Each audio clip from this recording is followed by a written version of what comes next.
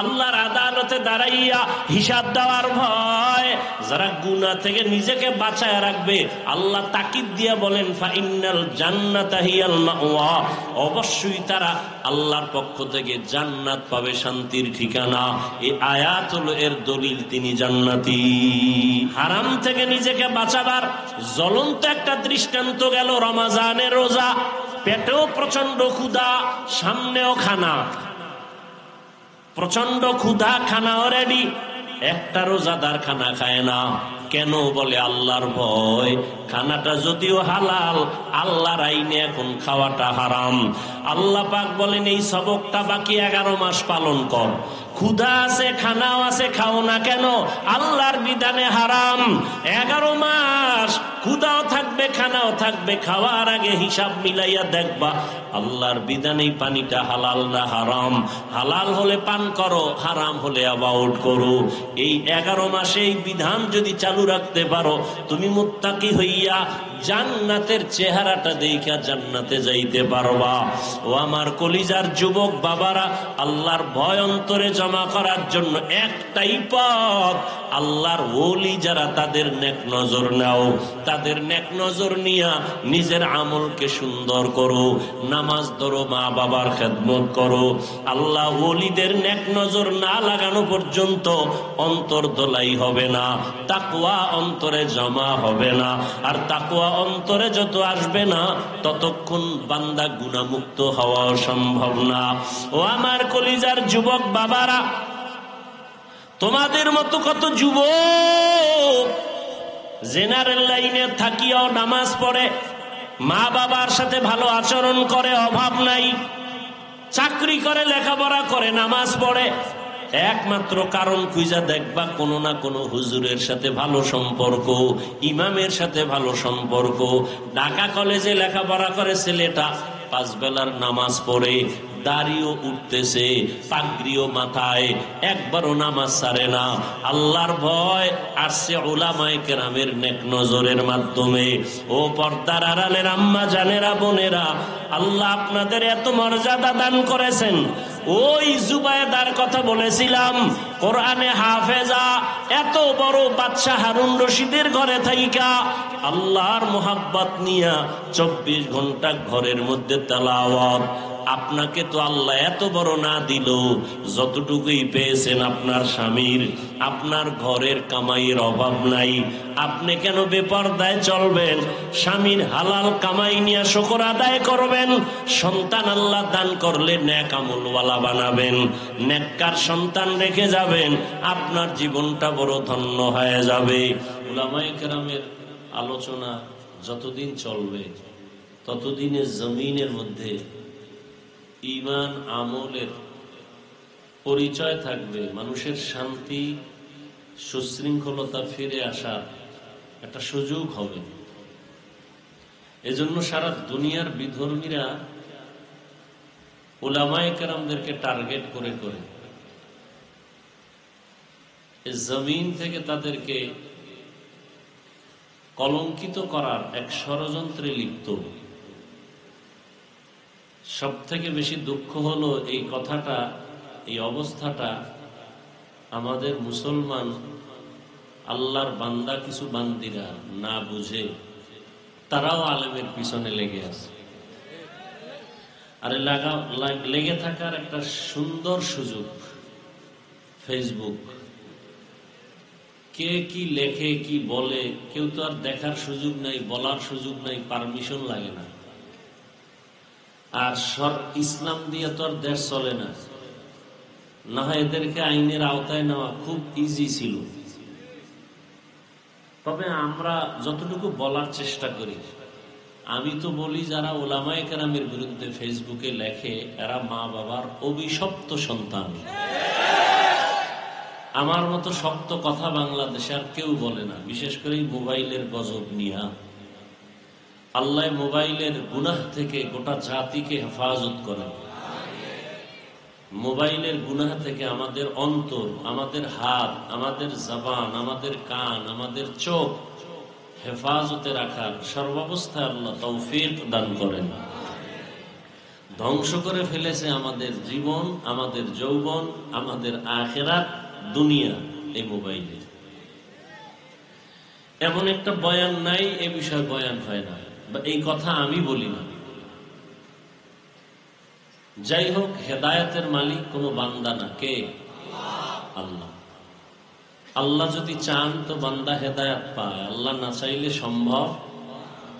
আমি হাফিজুর রহমান কেন, আর এ জমিনের সমস্ত ওলামায়ে কেরাম কেন, মক্কা মদিনার ইমাম কেন, স্বয়ং রসুলের বয়ানও যদি কপাল পুড়ে যায়, রসুলের বয়ানও কপাল ভুলে না। ইন্নাকা লা তাহদি মান আহবাবতা ওয়ালাকিন্নাল্লাহা ইয়াহদি মান ইয়াশা। নবীজি চাইলেই কাউকে কালেমাওয়ালা বানাতে পারেন না যদি আল্লাহ না চান। আল্লাহ আমাদেরকে হেদায়েত দান করুন।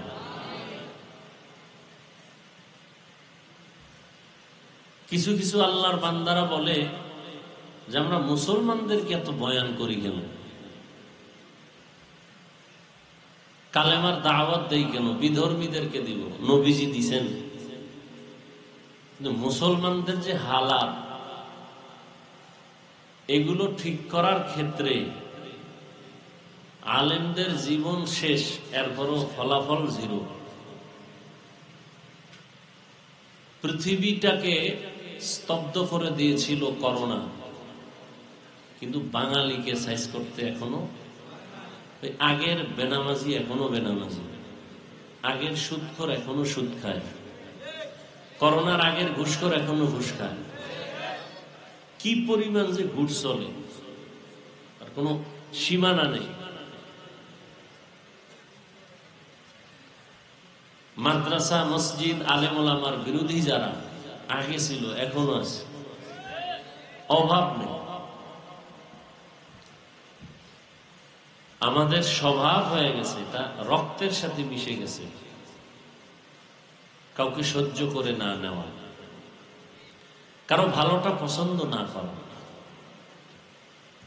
যতটুকু এখনো আছে মোটামুটি মাঠে ময়দানে, শুধু উলামায়ে কেরামদের নজর, দোয়া, এর কারণে।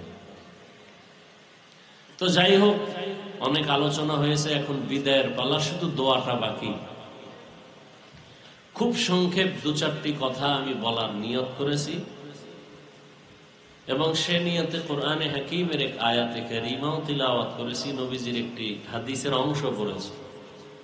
আল্লাহ পাক আমাকে আয়াত ও হাদিসের আলোকে সংক্ষিপ্ত সময় কিছু কথা সহি নিয়তে, সহি তরিকায় বলার মতো, শুনবার মতো আমাকে আপনাদের সকলকে আল্লাহ তৌফিক দান করেন।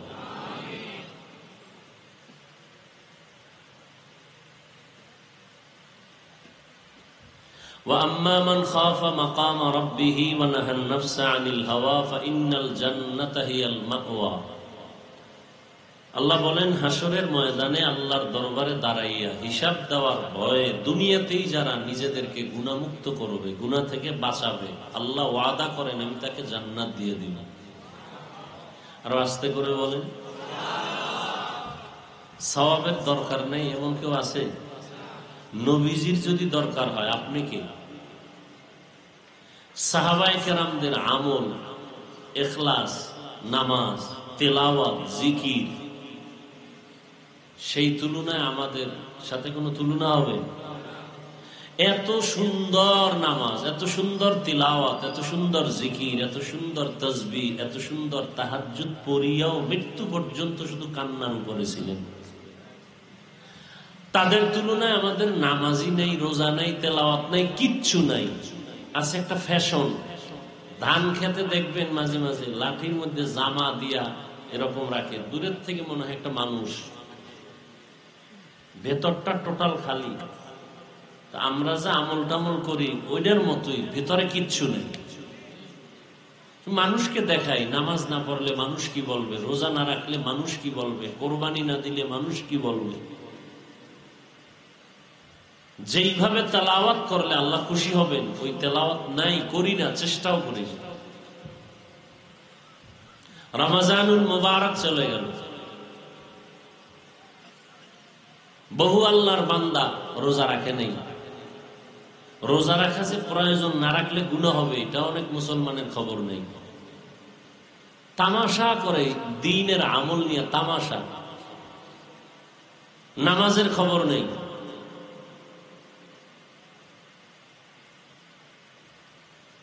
এত সুন্দর প্যান্ডেল, মানুষের অভাব নাই, ফজরে মসজিদ খালি, কি লাভ হবে এই বয়ানে?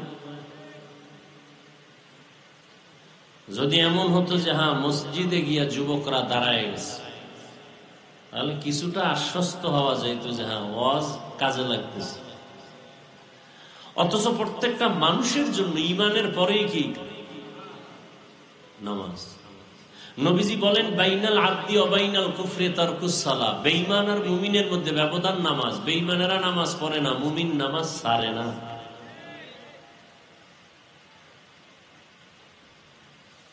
নামাজের খবর নাই।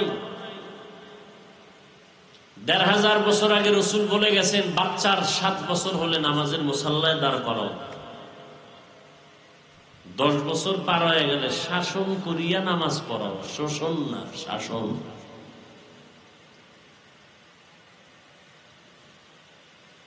নামাজ যার যত সুন্দর তার আমল সুন্দর, তেলাওয়াত সুন্দর। নামাজ ভালো তার আখলাক ভালো, নামাজ ভালো তার লেনদেন ভালো, নামাজ ভালো তার ওয়াদা ভালো। যত বড় পাগড়িওয়ালা হোক, তার আমলের তেলাওয়াতে তার ওয়াদায় যদি ঝামেলা হয়, আল্লাহর কসম করে আমি বলি সারা দেশে যত বড় শাইখুল হাদিস হোক আর পাগড়িওয়ালা হোক, ওয়াদায় ভেজাল তো খোঁজ নিয়ে দেখবেন তার নামাজে ভেজাল। সবকিছুর মূলে নামাজ। আমার প্রত্যেকটা মুসলমান যারা নামাজ পড়ে না, আল্লাহ 5 ওয়াক্ত নামাজ বা জামাত আদায়ের তৌফিক দান করেন। আর 5 ওয়াক্ত নামাজ যে আদায় করবেন, এটা আপনার ক্রেডিট না, বাহাদুরি না, কারণ এটা আপনার দায়িত্ব। এটা আপনার দায়িত্ব, আপনার পড়তে হবে, না পড়লে জুতার বাড়ি আছে। এটা দিয়ে আপনার ক্রেডিট হবে না। আপনি ক্রেডিট কখন হবে? যদি 5 ওয়াক্ত ঠিক রেখে ওভার কিছু আমল করেন, এটা আপনার ক্রেডিট। আমি 5 ওয়াক্তের পরে তাহাজ্জুদ পড়ি, 5 ওয়াক্তের পরে আমি আউয়াবিন পড়ি, চাষ্ট পড়ি, এটা আপনার ক্রেডিট। আপনার বাহাদুরি করার সুযোগ আছে আল্লাহর কাছে, মানুষের কাছে না।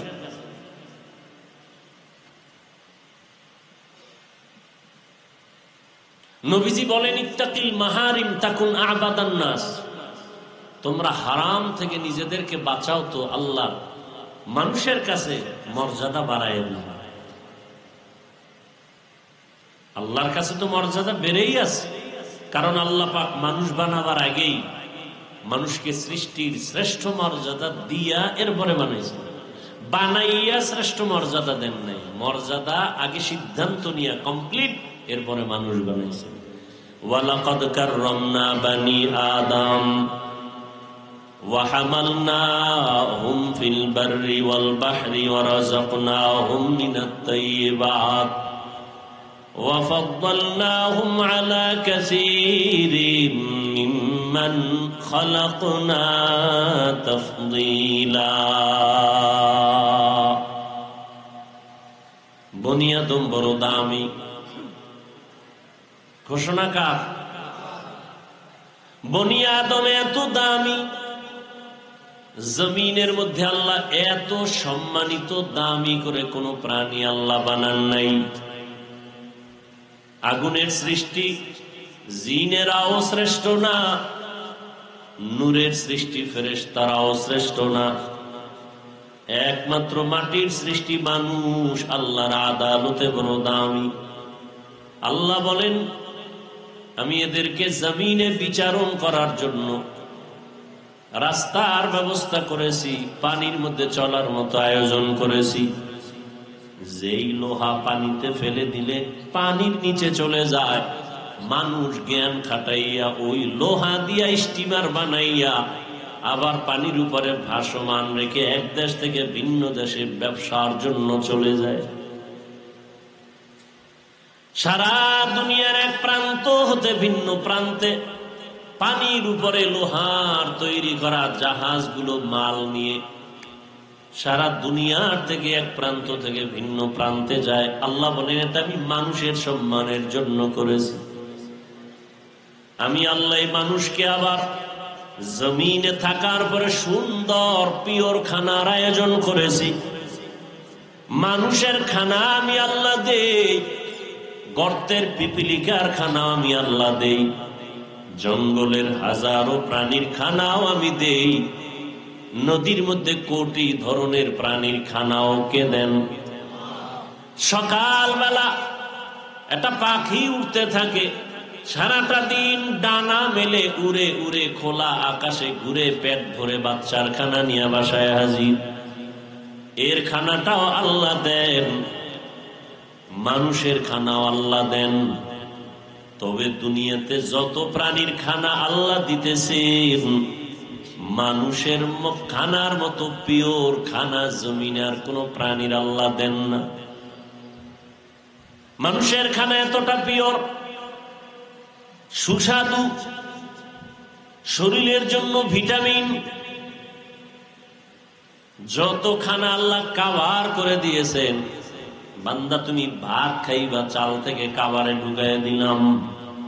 তুমি যদি রুটি খাও, গমটাকেও কাভার করে দিলাম। তুমি নদীর থেকে মাছ খাইবা, মাছেরও কাভার করে দিলাম। তুমি গোশত খাইবা, চামড়া দিয়ে কাভার করে দিলাম। তুমি ফল যদিও খাও, সব ফলগুলো কাভার করে দিলাম। এমন পিওর ভাবে খানার আয়োজন আমি আল্লাহ তোমাকে করেছি, আর কারো জন্য করি নাই। কেন? আমি আল্লাহ মানুষের বড় সম্মানিত করেছি, শ্রেষ্ঠত্ব দান করেছি। আবার এই মানুষের মধ্যে একজনকে অন্যের তুলনায় মর্যাদাবান করেছি। জিন ফেরেশতা সহ সব মখলুকাতের মধ্যে মানুষ বড় দামি। আবার সব মানুষের ভেতরে যারা ঈমানওয়ালা তারা আল্লাহর আদালতে আরো দামি। আবার এই মুমিনের ভেতরে আল্লাহর কাছে তাকওয়াওয়ালা যারা তারা আরো দামি। আবার এই তাকওয়াওয়ালা মুমিনদের ভিতরে আম্বিয়ায়ে কেরাম সবার থেকে বড় দামি। আবার সমস্ত নবীদের মধ্যে আপনার আমার শেষ নবী রহমাতুল লিল আলামিন শ্রেষ্ঠ। আর সমস্ত নবীদের উম্মতের মধ্যে আখিরি নবীর উম্মত আল্লাহর আদালতে বড় শ্রেষ্ঠ। আবার আখিরি নবীর উম্মতের ভেতরে যারা কোরআনওয়ালা, ইলমওয়ালা তারা আরো দামি। আবার ইলমওয়ালাদের মধ্যে যারা আমলওয়ালা তারা আরো দামি। আবার আমলওয়ালাদের ভেতরে যাদের আমলে ইখলাস ও তাকওয়া আছে তারা আরো দামি। ইন্না আকরামাকুম ইনদাল্লাহি আতকাকুম। হর কে দারাত খৌফে হক দর দিল মদাম, জন্নতুল মাওয়া দেহদ ওরা মাকাম জুজবা হকছি জে মখাজ ইনসুজা ফজলে উ আমস্ত দর জুমলা জাহা। আল্লাহর ভয় অন্তরে জমা করার নাম তাকওয়া। রহমতের নবী মক্কা নগরীতে যখন আসলেন, সেই সময়ের মানুষগুলো ছিল পৃথিবীর মধ্যে সব থেকে বড় খারাপ। মক্কার মানুষের মতো খারাপ জমিনের মানুষ আর কোথাও এত খারাপ মানুষ ছিল না। রহমতের নবী আসছেন, নবীজির আদর্শের মালা যখন গলায় পড়েছে, চরিত্রহীন মানুষগুলো এত দামি হয়ে গেল। আল্লাহ তাআলা জিব্রাইলকে দিয়া লিস্টি পাঠায় দিছেন, যাও নবীকে জানায় দাও লিস্টির ভিতরে যাদের নাম আছে সবাই বিনা হিসাবে জান্নাতি। নবীজি মক্কায় আসলেন, যেই মক্কায় একটা ঘর বড় দামি বাইতুল্লাহ, তাকাইলেই গুনাহ মাফ। ইন্না আউওয়ালা বাইতি উযিআ লিন-নাসি লাল্লাযী বিবাক্কাতা মুবারাকাও ওয়া হুদা মুবারাকাও ওয়া হুদাল লিল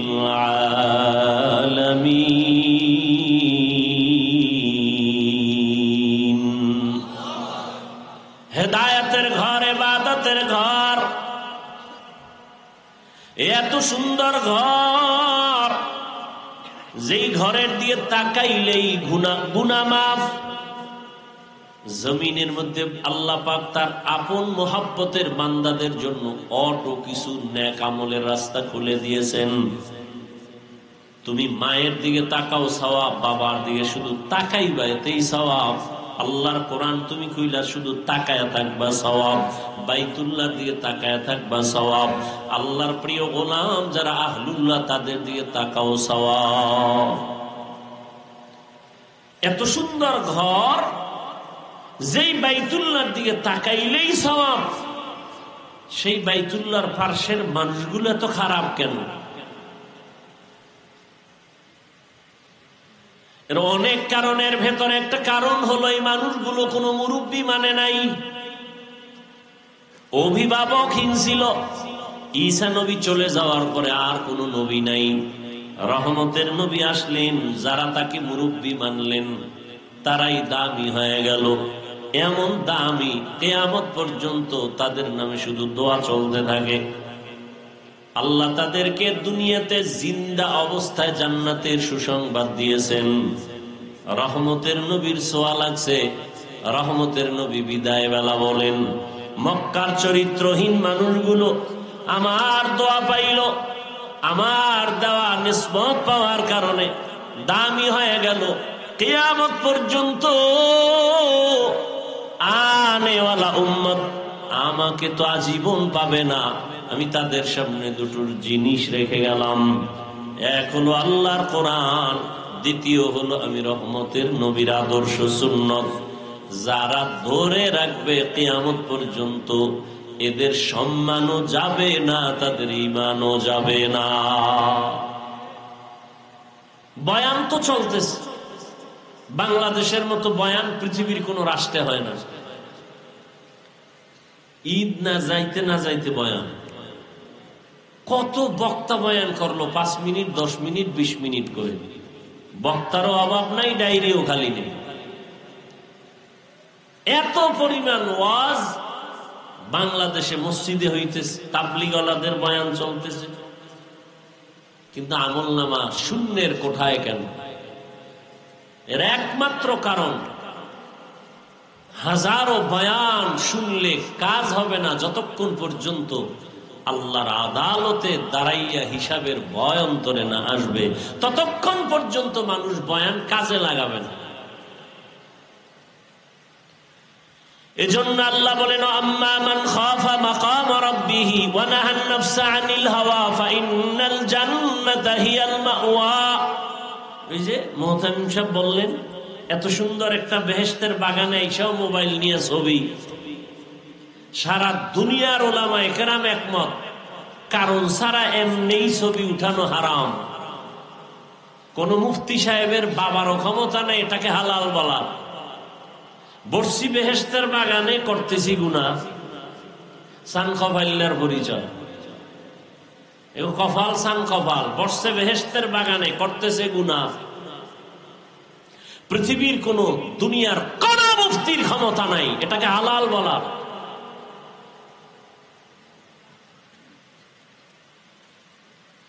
যদি কেউ বলতে পারে, কানে ধরে ওয়াজের ময়দান থেকে বিদায় নিবে। বিনা কারণে অনর্থক ছবি উঠানো সম্পূর্ণ হারাম, কবিরা গুনাহ।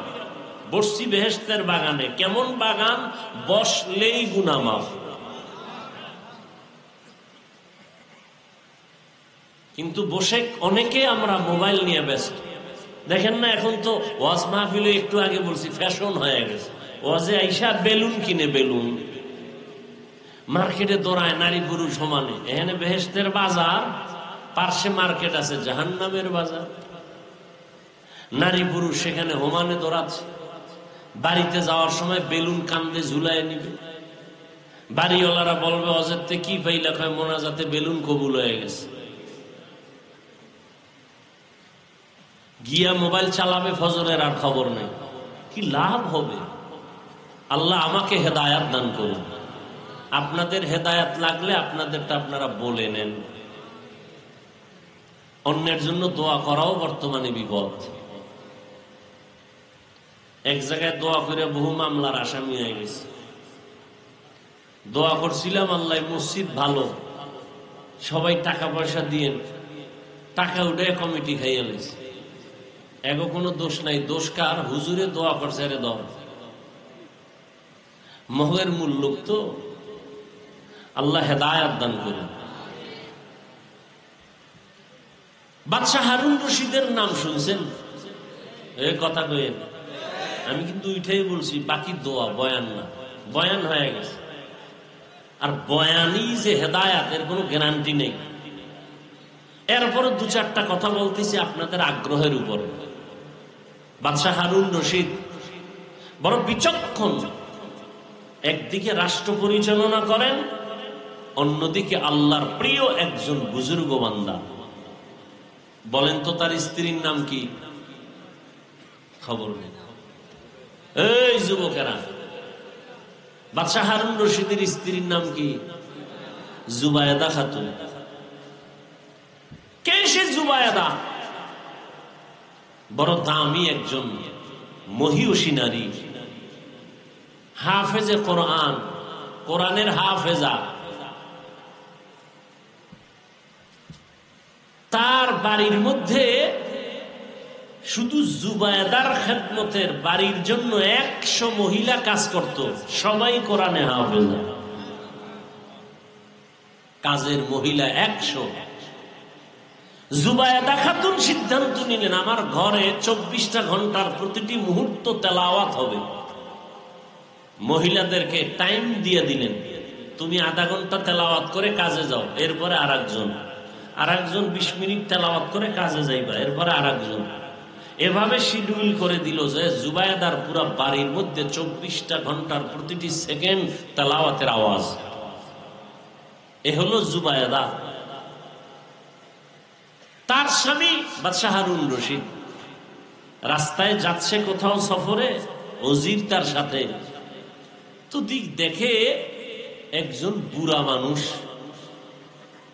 মরণের ছাপ চেহারায় পড়া, গাছ লাগাইতেছে, ফলের গাছ। তো বাদশাহ হারুন রশিদ, এই বুড়া তুমি কি করো? ফলের গাছ লাগাই। এত কষ্ট করে রোদ্রে গাছের ফল কবে হবে, কবে খাইবা? আমি খাওয়ার জন্য এই গাছ রোপণ করি না, তো কষ্ট করে গাছ রোপণ করি আমি, ফল খাবে আমার পরবর্তী প্রজন্ম যারা। আমার বাপ দাদায় লাগাইছে, আমরা খাইছি, এখন আমরা গাছ রোপণ করি, আমাদের সন্তানরা খাবে, নাতিরা খাবে। বাদশাহ হারুন রশিদ খুশি হয়ে 1000 টাকা দিছে পুরস্কার। বুড়ায় কয়, আমার কপাল সান কপাল, মানুষ গাছ লাগায় 1 বছর পর ফল পায়, আমি নগদ পাইলাম, নগদ ফল পেয়ে গেলাম। বুড়ার কথা শুনে বাদশাহ আরো 1000 দিছে। বুড়ায় কয়, মানুষ গাছ লাগায় বছরে ফল পায় একবার, আমি 2 বার নগদ। ওজিরে কয়, বাদশাহ এখান থেকে ভাগো, বুড়ায় যে বুদ্ধি লইছে, ফকির বানায় ছাড়ো। কি বুঝলাম এখান থেকে? কসাসুল আউয়ালিন মাওয়াইজুল আখিরিন, অতীতের ইতিহাস, অতীতের কিচ্ছা কাহিনী পরবর্তী প্রজন্মের জন্য উপদেশ, নসিহত। কিচ্ছা কাহিনীর ওয়াজ আমরা করি না, উল্টা পাল্টা মেজাজ গরমের বয়ান ছাইরে দিছে, ঠান্ডা হয়ে গেছে। বেয়াদব সাইজ করতে আলহামদুলিল্লাহ আমার সময় লাগে না। ওই কপাল পোড়া যারা বলে কিচ্ছা কাহিনীর ওয়াজ করি না, তুমি কিসের ওয়াজ করো?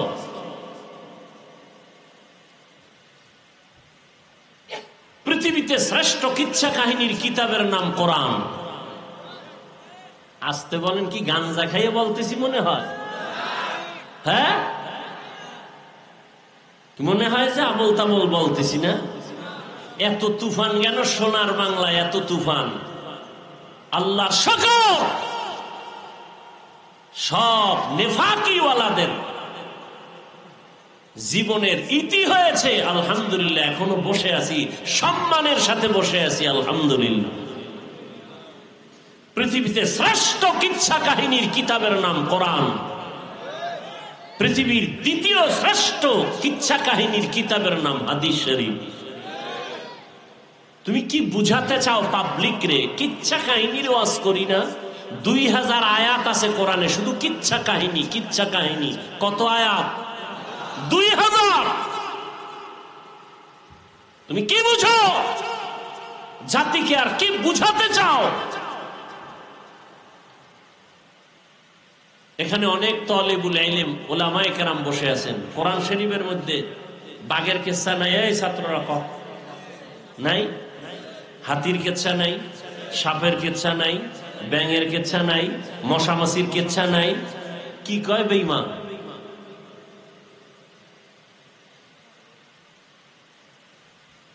কি মেসেজ দিতে চাও জাতিকে?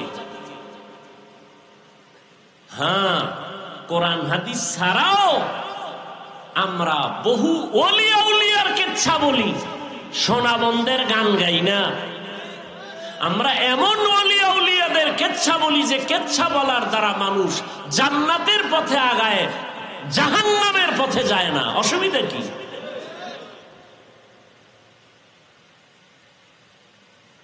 বাপ দাদার কিচ্ছা কাহিনী বলি, কত তোকমা লাগানো।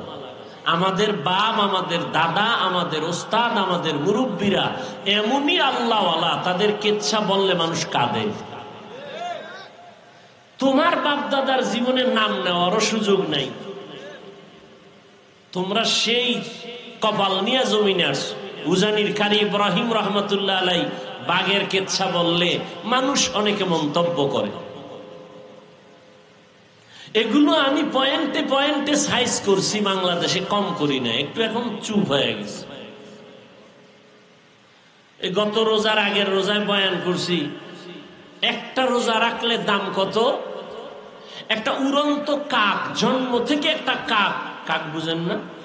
কাউয়া, একটা কাউয়া জন্ম হয়েই উড়তে থাকে, উড়তে উড়তে উড়তে উড়তে উড়তে উড়তে বুড়া হওয়া পর্যন্ত উড়তেই থাকে। উড়িয়া কত দূর গেল? মোল্লা আলী আল কারি রহমতুল্লাহ আলাই তিনি লিখেছেন 1000 বছর পর্যন্ত একটা কাক নিম্নে হায়াত পায়। তাহলে একটা কাক জন্ম থেকে উড়িয়া 1000 বছরে কত দূর যাবে? একটা রোজাদার এক রোজার বরকতে জাহান্নাম থেকে তত দূর চলে যাবে। তখন আর হাদিসটা কই নেই, ঘটনাটা কইয়া চলে গেছে। এবার এটা নিয়ে নেফাকি অন্তরওয়ালারা পাগল হয়ে গেছে, কাকের কিচ্ছা বলছে, অথচ মিশকাত শরীফের হাদিসের ঘটনা।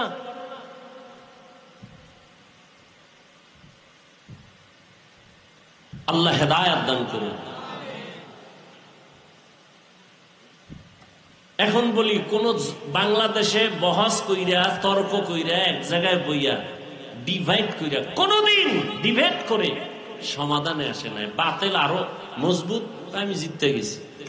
ও 13 বার ঠকলেও কয় জিততে গেছি। এরকম বেহায়ার সাথে আদবালা তো কখনো যাবে না। যাদের লজ্জা নাই ওদের সাথে তো ভালো মানুষ আগাইতে পারে না। এই জন্য তর্ক নাই, বহাস নাই, কিচ্ছু নাই। আমি সারা বাংলাদেশে বলছি, উজানি নিয়ে প্রশ্ন, চরমনাই নিয়ে প্রশ্ন, তাবলিগ নিয়ে প্রশ্ন, দেওবন্দি নিয়ে প্রশ্ন, সব প্রশ্নের এক জবাব, ওয়াজে ব নিজেই জবাব পেয়ে যাবে। ব উজানির মাঠে এসে ব, কোনো প্রশ্ন করা লাগবে না। ও লাফায় কেন? প্রশ্ন তোকে করবো, তুই লাফাও কেন? ব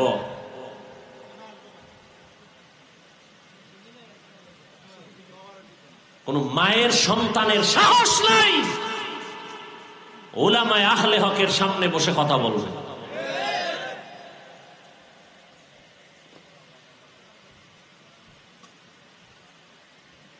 আল্লাহ হেদায়েত দান করুন। উজানি লাফায় কেন? তোমার প্রশ্ন। আর আমার প্রশ্ন তোমাকে, তুমি লাফাও না কেন? মোনাজাতে কান্দে কেন? প্রশ্ন তোমারে। এই কপাল পরা, তুই ময়দানে বসে কাঁদো না কেন? এটা তো কান্নার প্যান্ডেল, এটা তো হাসির প্যান্ডেল না। কাঁদো না কেন? আল্লাহর ওলিদের বয়ানে তোর হৃদয়টা কাঁপে না কেন? চোখে পানি আসে না কেন? উল্টা প্রশ্ন কেন? হাসির প্যান্ডেলে প্রশ্ন হাসে না কেন? কান্নার প্যান্ডেলে প্রশ্ন হবে কাঁদে না কেন? কাঁদে কেন? উল্টা প্রশ্ন কেন? তোমার অন্তর উল্টা হয়ে গেছে। কারণ এই যে ওয়াজে বসছে, ফজর নাই, জোহর নাই, আসর নাই, মাগরিব নাই, এশা নাই, ওয়াজে এসে জমায়ে গেছে। কি হবে এই ওয়াজ শুনে? وَأَمَّا مَنْ خَافَ مَقَامَ رَبِّهِ وَنَهَى النَّفْسَ عَنِ الْهَوَى فَإِنَّ الْجَنَّةَ هِيَ الْمَأْوَى। এই তাসবিহ পড়া যাবে না। আবু হুরায়রা রাদিয়াল্লাহু আনহুর হাদিস দেখলাম সেদিন। তাসবিহ যাবে না মানে এটা সুতা গিরা দিয়ে দিয়ে দিয়ে দিয়ে লাগাইয়া আবু হুরায়রা এটারে টানে। তাসবিহ পড়া যাবে না, এটা বেদাত।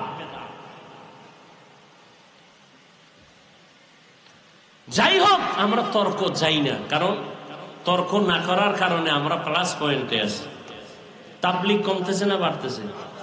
বলেন, আমাকে তর্কের দরকারটা কি? তাবলীগ 2 লাইনে খেদমত করে, আরো আগাইতেছে। আল্লাহ পাক সবার মধ্যে ভ্রাতৃত্ব মহব্বত আরো বাড়ায় না। মাদ্রাসা বেশি হয়েছে, ফায়দা কম হয়েছে না বেশি? বেশি। উজানির বিরোধিতা করার কারণে লোক আগের থেকে অনেক কমতেছে না? হ্যাঁ, টেনশন কেন? তুমি বলো, আরো বলো। গলা ভাঙলে বলো রংসা খাওয়াই, কত পারো বলো। তোমারে আল্লাহ এই জন্য বানাইছি কিনা দেখো।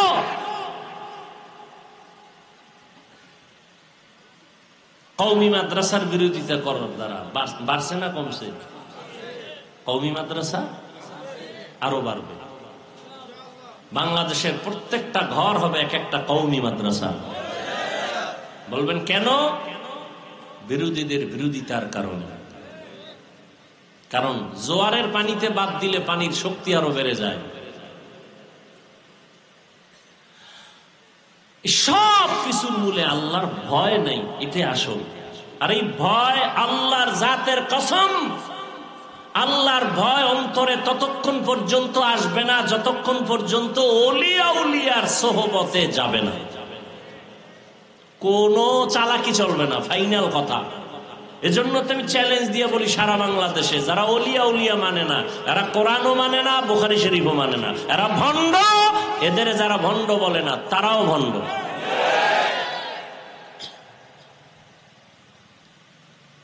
বাদশাহ হারুন রশিদ বুজুর্গ মানুষ, সিংহাসনে বৈশা সমস্ত দেশের বড় বড় আলেমরে দাওয়াত দিছে। বলবো ঘটনাটা?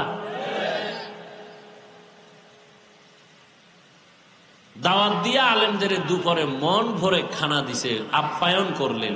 খাওয়ান দাওয়ান শেষ, বিদায় বেলা কয় ওলামায়ে কেরামদের একটা প্রশ্ন। ওলামায়ে কেরামদের কাছে আমার প্রশ্ন হলো, আমি হারুন রশিদরে আপনারা চিনেন তো? সবাই বলে হ্যাঁ। আমাকে একটু বিদায় বেলা আপনাদের বলে যেতে হবে, আমি হারুন রশিদ আপনারা যেহেতু চিনেন জানেন, বলে যান আমি জান্নাতি না জাহান্নামী। একজন একজন করে সব আলেমের আওয়াজ, আপনি জান্নাতি না জাহান্নামী বলার আমাদের কোনো উপায় নাই। আপনি ভালো কাজ করলে বলা যাবে জান্নাতের পথে আছেন, আপনি যদি অন্যায় করেন বলা যাবে আপনি অন্যায়ের পথে জাহান্নামের পথে আছেন।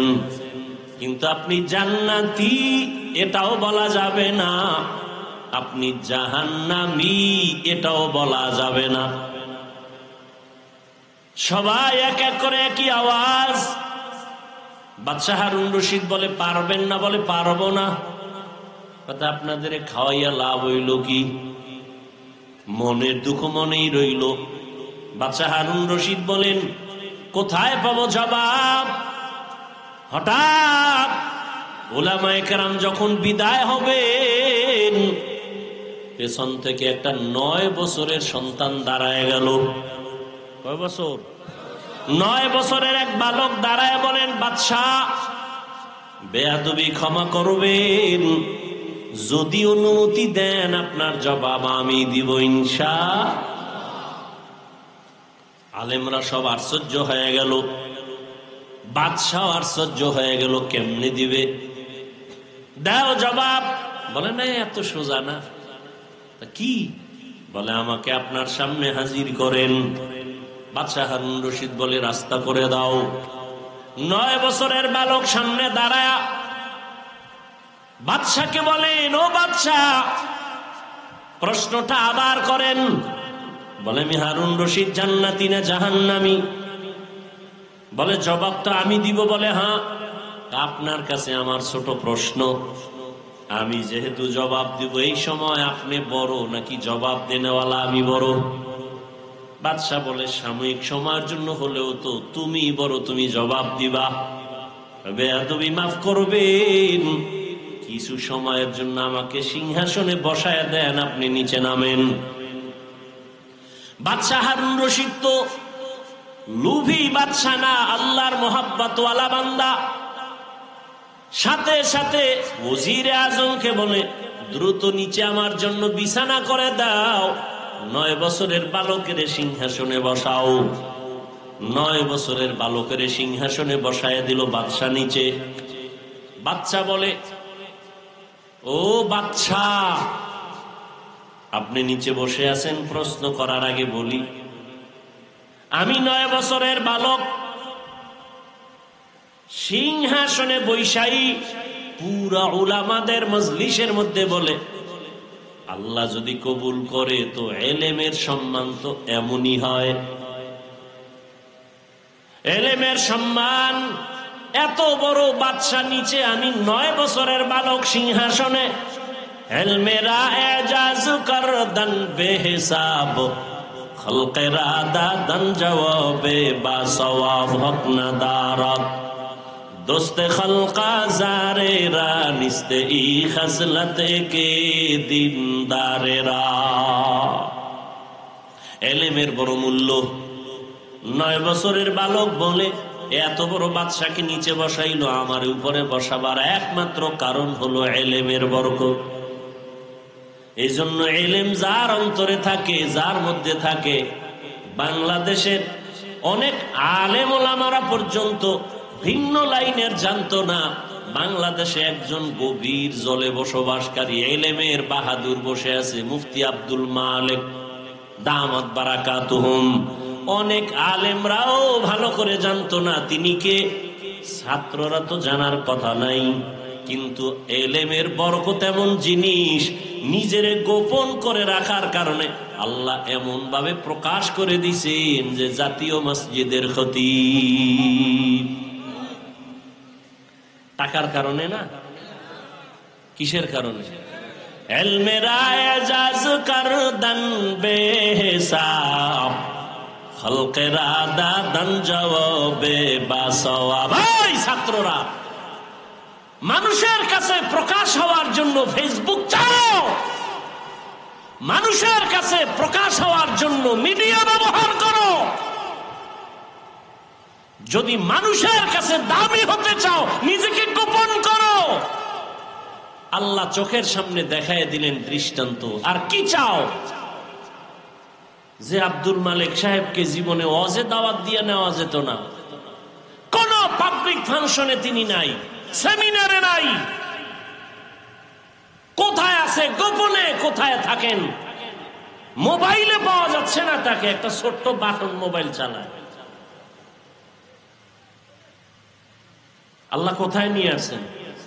মন্ত্রী, উপদেষ্টা, গোষ্ঠী সুদ্ধা, তার পেছনে নামাজ আদায় করে। আল্লাহ কি দেখাবেন? আর তুমি মানুষের কাছে প্রকাশ হওয়ার জন্য, নাম ফুটানোর জন্য লাইভ দেয়। লাইভ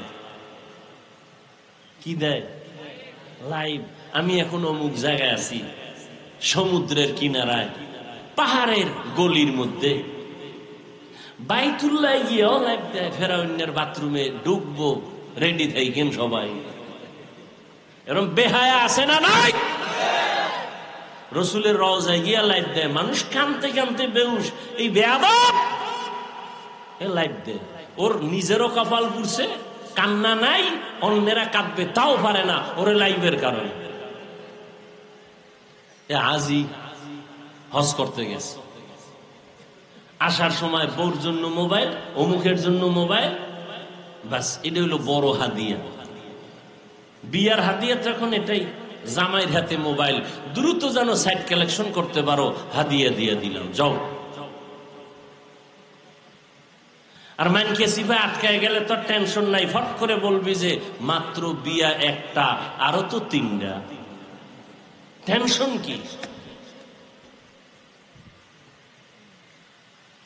আল্লাহ হেদায়েত দান করুন। এক বউয়ের হক আদায় করতে পারে না, দুইটা লয়ে টানাটানি। একটা সন্তানের হক আদায় করতে পারে না, অন্য সন্তান নিয়ে টানাটানি, এত সোজা?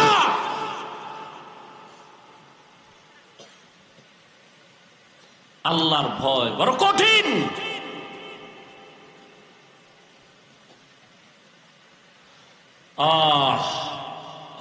9 বছরের বালক বাদশা হারুন রশিদকে নিচে নামাইয়া সিংহাসনে বসে বলেন, এবার প্রস্তাব নিয়ে আবার করেন। বাদশা হারুন রশিদ বলে দাও আমি জান্নাতি না জাহান্নামী? সব আলেমরা বলেছে আমি জান্নাতি কিনা বলা যাবে না, জাহান্নামী কিনা বলা যাবে না। 9 বছরের বালক বলে, আল্লাহর উপরে ভরসা করে বললাম নিশ্চিত আপনি জান্নাতি। কেমনে বলেছো? বলে আপনার থেকে একটা ঘটনা জানতে চাই, বলেন আপনার জীবনে এমন কোন অবস্থা হয়েছে কিনা? কি আপনি চাইলেই জেনা করতে পারতেন, গুনাহ করতে পারতেন, সুন্দরী মেয়ে পাইছেন সামনে, আল্লাহর আযাবের ভয় আপনি জিনা করেন নাই, গুনাহ করেন নাই, এমন কোন ঘটনা জীবনে হয়েছে কিনা? বাদশা হারুন রশিদ বলে, একটা না, শতবার এমন অবস্থা হয়েছে, আমি চাইলেই সুন্দরী মেয়েকে দিয়া জিনার প্রলোভনে আমি পড়তে পারতাম। বহুবার হয়েছে, আল্লাহর আদালতে হিসাব দেওয়ার ভয় আমি এই গুনাহ থেকে নিজেরে গুটায় নিছি, গুনাহ করি নাই। বাচ্চা বলে, আল্লাহর উপরে ভরসা করে বললাম আপনি নিশ্চিত জান্নাতি। সব আলেমরা দাঁড়ায় গেল, আমরা পারলাম না, তুমি কিভাবে বলছো এই বান্দা জান্নাতি? দলিল দাও। বলে আল্লাহর কোরআন দিয়া নাও, ওয়া আম্মা মান খাফা মাকাম রাব্বিহি ওয়া নাহান নাফসা আনিল হাওয়া ফাইন্নাল জান্নাতা হিয়াল মাওয়া। আল্লাহর আদালতে দাঁড়াইয়া হিসাব দেওয়ার ভয় যারা গুনাহ থেকে নিজেকে বাঁচায় রাখবে, আল্লাহ তাকিদ দিয়া বলেন ফাইন্নাল জান্নাতা হিয়াল মাওয়া, অবশ্যই তারা আল্লাহর পক্ষ থেকে জান্নাত পাবে, শান্তির ঠিকানা। এই আয়াত হলো এর দলিল, তিনি জান্নাতি। हर के दारद खौफे हकदार दिल मदरम जन्नतुल मावा देहद ओ रामकाम। আল্লাহর ভয় সন্তানের মধ্যে যদি না আসে, ওই সন্তান মা বাবার সাথে আদব রক্ষা করবে না। আল্লাহর ভয় যদি ছাত্রের মধ্যে না আসে, ওই ছাত্র শিক্ষকের সাথে আদব রক্ষা করবে না। আল্লাহর আদালতে দাঁড়াইয়া হিসাব দেওয়ার ভয় জনগণের মধ্যে যদি না আসে, জনগণ কোনদিন হারাম খাওয়ার থেকে বাঁচবে না। এই জন্য নবীও বলেন, ইত্তাকিল মাহারিম তাকুন আবাদান নাস, গুনাহ থেকে, হারাম থেকে নিজেকে বাঁচাও। হারাম থেকে নিজেকে বাঁচাবার জ্বলন্ত একটা দৃষ্টান্ত গেল রমজানের রোজা। পেটেও প্রচন্ড ক্ষুধা, সামনেও খানা, প্রচন্ড ক্ষুধা, খানাও রেডি। একটা রোজাদার খানা খায় না, কেন? বলে আল্লাহর ভয়। খানাটা যদিও হালাল, আল্লাহর আইনে এখন খাওয়াটা হারাম। আল্লাহ পাক বলেন, এই সবকটা বাকি 11 মাস পালন কর। ক্ষুধা আছে, খানাও আছে, খাও না কেন? আল্লাহর বিধানে হারাম। 11 মাস ক্ষুধাও থাকবে, খানাও থাকবে, খাওয়ার আগে হিসাব মিলাইয়া দেখবা আল্লাহর বিধানেই পানিটা হালাল না হারাম। হালাল হলে পান করো, হারাম হলে অ্যাবাউট করো। এই 11 মাসে এই বিধান যদি চালু রাখতে পারো, তুমি মুত্তাকি হইয়া জান্নাতের চেহারাটা দেখা জান্নাতে যাইতে পারবা।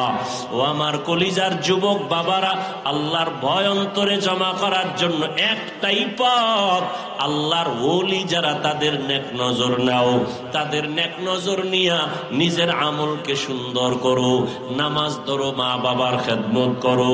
আল্লাহ ওলিদের নেক নজর না লাগানো পর্যন্ত অন্তর দোলাই হবে না, তাকওয়া অন্তরে জমা হবে না।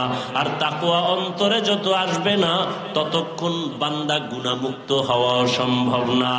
ও আমার কলিজার যুবক বাবারা, তোমাদের মতো কত যুবক জেনারেল লাইনে থাকিয়াও নামাজ পড়ে, মা বাবার সাথে ভালো আচরণ করে, অভাব নাই, চাকরি করে, লেখাপড়া করে, নামাজ পড়ে।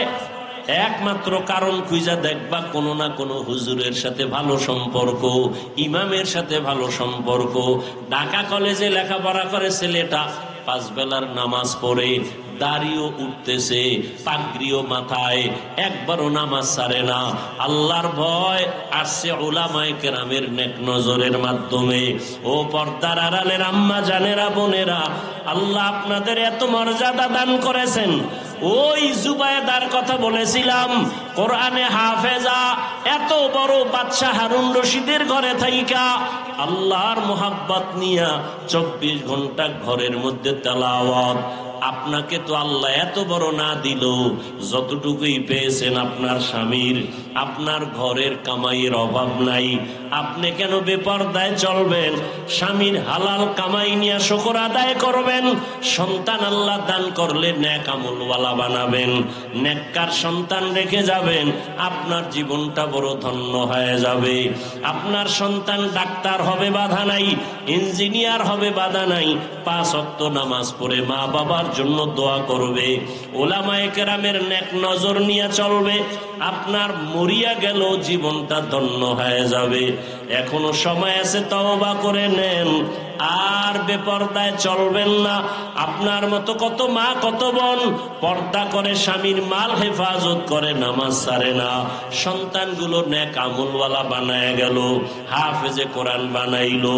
আল্লাহর কাছে দোয়া করেন, সন্তান আল্লাহ দান করেছেন বা করবেন, ওই সন্তান একজন 5 ওয়াক্ত নামাজি আলেমদের নেক নজরওয়ালা বানাবেন, স্বামীর মাল হেফাজত করবেন, হারাম কামাই ঘরে যেন আনার সুযোগ না হয়।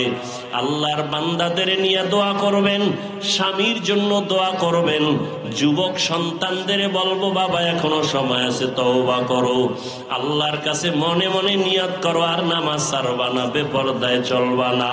মা বাবার দোয়া নিয়া, উলামায়ে কেরামের দোয়া নিয়া, শিক্ষকের দোয়া নিয়া, আল্লাহর মোহাব্বত নিয়ে, নবীর আদর্শ মেনে চলবা। তওবা করার নিয়ত যদি থাকে, মরিয়া গেলে যাব আর নামাজ ছাড়বো না, দাড়ি কাটবো না, বেপরদায় চলবো না, মা বাবার সাথে বেয়াদবি করবো না, উলামায়ে কেরামের বিরুদ্ধে যাব না, নবীর আদর্শ সুন্নাত অনুযায়ী জীবন চালাবো। তওবা করার যদি অন্তরে নিয়ত থাকে, খাঁটি নিয়তে 2 হাত আমার আল্লাহকে দেখায়া দাও। আয় আল্লাহ আমাদের কবুল করে নেন, তওবাওয়ালা জিন্দেগি দান করেন, সুন্নাতওয়ালা ইজ্জতের জীবন দান করেন, মা বোনদের আবেদা পর্দাওয়ালা বানায় দেন, সন্তানগুলো নেক আমলওয়ালা বানায় দেন। আয় আল্লাহ মরণ পর্যন্ত তওবার উপরে মজবুত হইয়া নবীর আদর্শ মতে চলার তৌফিক দান করেন, আমিন। আলহামদুলিল্লাহি রাব্বিল আলামিন, والصلاة والسلام على سيد الأنبياء والمرسلين وعلى آله وأصحابه أجمعين يا أرحم الراحمين يا أرحم الراحمين يا أرحم الراحمين رب ارحمهما كما ربياني صغيرا اللهم إنك عفو كريم تحب العفو فاعف عنا اللهم إنا نسألك رضاك والجنة ونعوذ بك من سخطك والنار اللهم إنا نعوذ بك من البرص والجنون والجذام وسيء الأسقام রব্বুল আলামিন 2 দিন ব্যাপী মাহফিলের শেষ দোয়া আমরা হাত তুলেছি।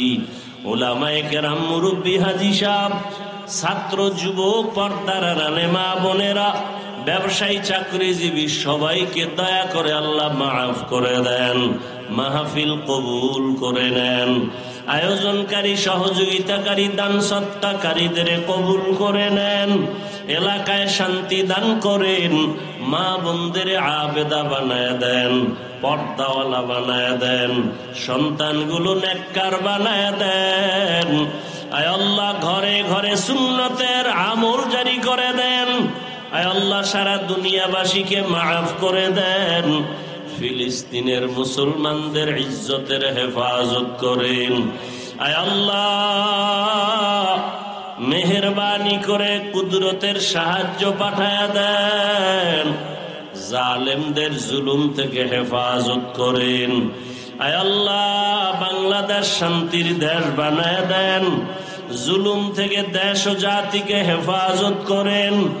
আয় আল্লাহ, যারা ব্যবসা চাকরি করে কামাই রুজিতে হালাল ভাবে বরকত বাড়ায় দেন, হারাম থেকে হেফাজত করেন। আয় আল্লাহ, আমাদের দিলের নেফাকি দূর করে দেন। আয় আল্লাহ, রিয়া হাসাদ কিবির দূর করে ইখলাস দান করেন, তাকওয়াওয়ালা জিন্দেগি দান করেন। আয় আল্লাহ তাআলা, প্রত্যেকটা সন্তানকে দ্বীনের খাদেম বানায় দেন। যারা লেখাপড়া করে পরীক্ষার্থী কামিয়াবি সফলতা দান করেন। মা বাবার বাধ্যগত আদবওয়ালা বানায় দেন।